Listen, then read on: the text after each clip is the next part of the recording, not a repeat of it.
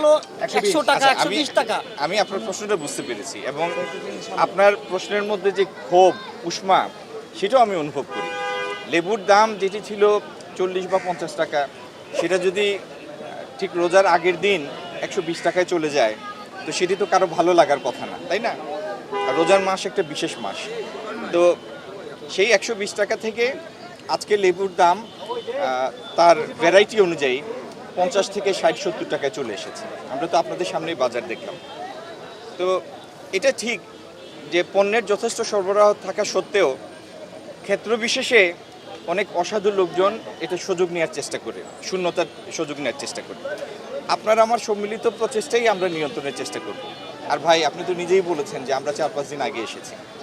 আপনি যে শব্দটা উচ্চারণ করলেন,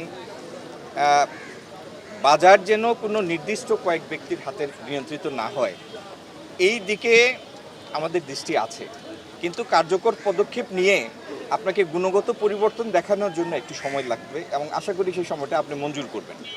আর আরেকটা বিষয় হচ্ছে, বাণিজ্য মন্ত্রণালয়ের কর্মী হিসাবে আমাদের কাজ হচ্ছে আমদানি পণ্যের বাজারটাকে স্থিতিশীল রাখা।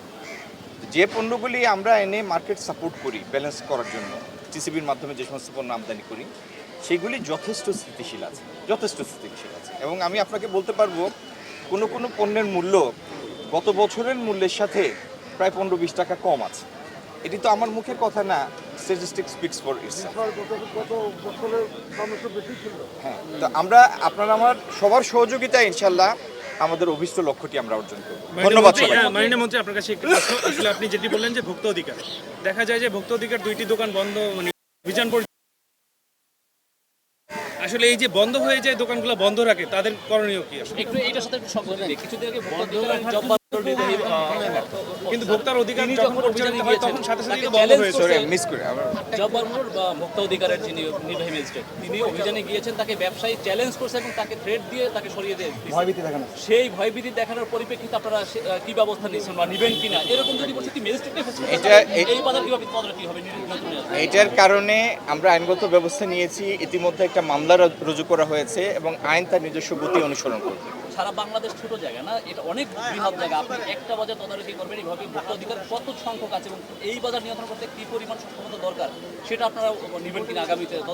শুনেন, ভোক্তা অধিকারের 10টা টিম শুধু ঢাকা শহরে কাজ করছে, মন্ত্রণালয়ের 3টা টিম কাজ করছে। এটি তো এই কাজগুলি কি, আপনি যখন কোনো একটা সিলেক্ট করেন বা স্যাম্পল ড্র করেন, সেটা র্যান্ডম বেসিসে করেন। এখন ঢাকা শহরের প্রত্যেকটা বাজার বা প্রত্যেকটা দোকানে সরকারের লোক একসাথে যেতে পারবে না, এটা সম্ভব না, বাস্তব না।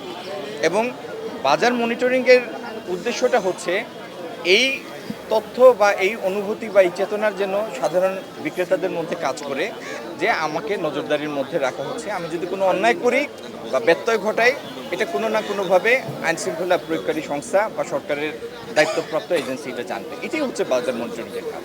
আমরা আমাদের কাজ চালিয়ে যাব। যদি আমাদের কোথাও কমতি থাকে, আপনাদের পরামর্শক্রমে সেটা আরও বেগবান করবে। দোকান বন্ধের বিষয়টা যদি একটু বলেন। দোকান বন্ধের বিষয়টা ভাই আমার কাছে ঠিক পরিষ্কার না, যে আসলে ভোক্তা যখন অভিযান পরিচালনা করে,